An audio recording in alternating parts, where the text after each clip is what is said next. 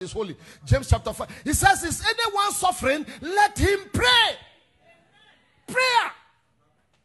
Is anyone suffering? You pick up a phone and tell all your suffering to somebody who is worse than you. And now they know everything and you don't know who is gossiping about you. This is a mystery. Today I will force feed you because I am kind of tired of prayerless Christians who take me around in circles.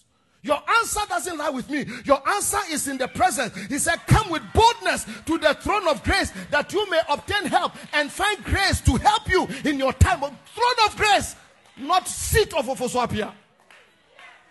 This year I will force you to grow. This year I will force you to walk. I will force you. I am not a pastor who is looking for followers. I am a pastor who is raising leaders. I am a pastor who is trying to drive people away from me. So looking unto Jesus, the author and the finisher of your faith, who for the joy that was set before him, he endured the cross. And part of the cross is your lonely prayer life, where you stand and you pray alone. I am feeling it. I am feeling it. You know the reason why you are weak is because you don't pray. And by the way, 7 days without prayer makes 1 week. W-A-E-A-K. Week. You eat 3 hot meals a day and 1 cold snack of prayer once a year. No doubt your life is like this. You know the reason why you are easily discouraged? Because you don't pray.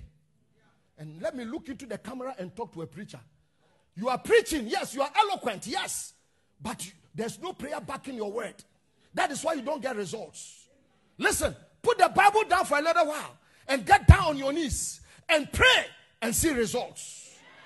You are singing, but you are not prayerful. The moment you pick up the microphone, I tell mommy, say this one, she hasn't prayed.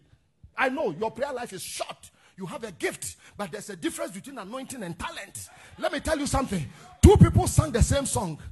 The first one sang like he was in an opera. People stood and they applauded. Another one came, he was not sophisticated. But when he sang that same song, people were crying. And somebody asked, what is the reason? They said the first gifted one, he knew the song. But the second one knew the God of the song.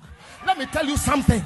It is not your range that matters. There are people seated here. Long before I raised up my voice and said, there's someone, come and let me lay hands. Your singing must heal that person. Usher, before you usher somebody to their seat, tumors must disappear. Because this thing is not only for pastors. He gave it to you. Your hands must work miracles this year. And in order to do that, pray up before you come to church. Is somebody hearing me? This is not a retirement center for spiritual fat cats. This is not a place to come and do a catwalk with your new dress. This is a serious place where prayer is our soul. Prayer in the morning, prayer in the afternoon, prayer in the evening. David says 7 times a day, my voice shall be heard on high. You are complaining to people who can help you, while your answer is in the presence of God. Can we have a shift? In our intro, we said it is time for a shift. And when we said that, you are shouting, hey, what is the shift? The shift comes when you have spent time to pray. Once they were rowing, he was praying.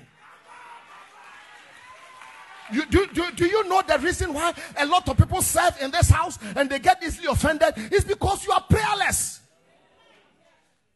Smart and I'm hurt. I need to take a break.